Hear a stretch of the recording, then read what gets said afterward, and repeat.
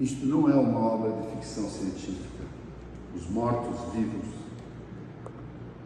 é uma condição que acompanha a humanidade desde os primórdios. Eu sinceramente acredito que a morte aparente é muito responsável pela criação de cidades, pela criação de civilidade, pela criação de cultura. A partir do momento em que os povos nômades, por não quererem abandonar os seus mortos, a própria sorte, passaram a criar comunidades em torno de onde eles repousavam. Até por isso que o nome cemitério origina-se da palavra dormitório.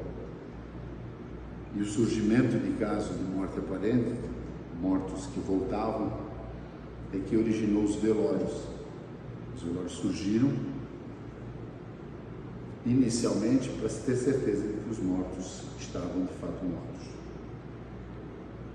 Quem não lembra, ou quem não teve a oportunidade de ver, pode pesquisar no Google Rota de fuga em cemitérios. Em outubro do ano passado, próximo ao dia de finados, eu dei uma entrevista para um portal que viralizou na internet, falando da sepultura com rota de fuga que nós criamos aqui em Blumenau, nos nossos 2 cemitérios verticais. E os comentários em torno desse assunto, as postagens que foram feitas, mexeram muito comigo. Muita gente acreditando, muita gente concordando, relatando casos, e algumas pessoas comentando que isso era um desperdício de tempo e esforço, visto que as pessoas não sobreviveriam ao tratamento dos corpos para o velório realizado nas funerárias. Assim como alguns acreditam que a ciência já teria vencido, já teria superado a possibilidade de enterrar alguém vivo. Eu posso garantir que não. Quem conhece o sistema de saúde da maioria dos países do mundo sabe que não. Mas o fato de, sim, eu estudei da possibilidade das pessoas em morte aparente não sobreviverem ao tratamento dos corpos para o velório, mexeu muito comigo. E eu, então, resolvi montar uma funerária.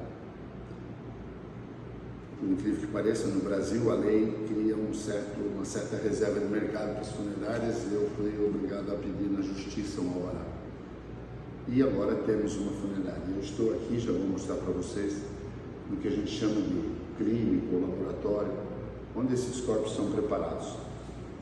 Toda funerária tem que ter um espaço desse, que é para fazer a preparação dos corpos. Esses são os produtos usados, eu não sei bem como funciona isso.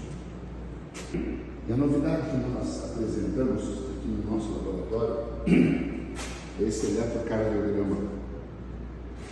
Muitos comentaram que a ciência já havia vencido essa morte aparente. E eu tenho aqui um texto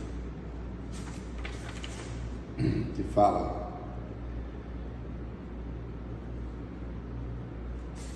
aqui: já está mais do que comprovado que na observação metódica de sinais de morte, respiração, pulsação, auscultação, o eletrocardiograma e o eletroencefalograma não são sistematicamente utilizados quando se trata de confirmar a morte.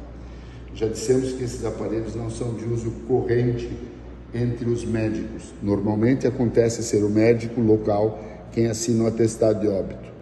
Na nossa funerária, nesse laboratório, a pedido da família, sem custo nenhum extra, os médicos que vierem atestar o óbito terão à disposição um eletrocardiógrafo para fazer um eletrocardiograma.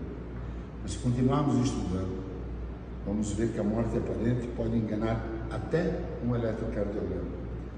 Então, o não tratamento dos corpos, que é uma opção que a família pode ter, e a sepultura com rota de fuga, são sim um serviço de amor e de carinho com os nossos falecidos e com aqueles que talvez estejam passando apenas por uma crise de morte aparente. Esse espaço está preparado também para preservar aqui. Esses caixões estão vazios, para preservar aqui pelo tempo necessário os corpos repousando. Isso porque o nosso objetivo é quebrar essa corrente que surge desde a Covid, pouco antes já, de velórios relâmpagos, de sepultamentos rápidos, de cremação imediata. Nós queremos trazer de volta a tradição do velório longo, de no mínimo 24 horas. E para aquelas famílias que acharem que não, que é cansativo, que é estressante, a gente criou esse espaço para que os corpos possam descansar até que se inicie um velório agendado e para que a gente possa parar, cessar a quebra desse paradigma do velório. A gente possa voltar a ter velórios de no mínimo 24 horas, mesmo que sem a presença da família. Muito obrigado.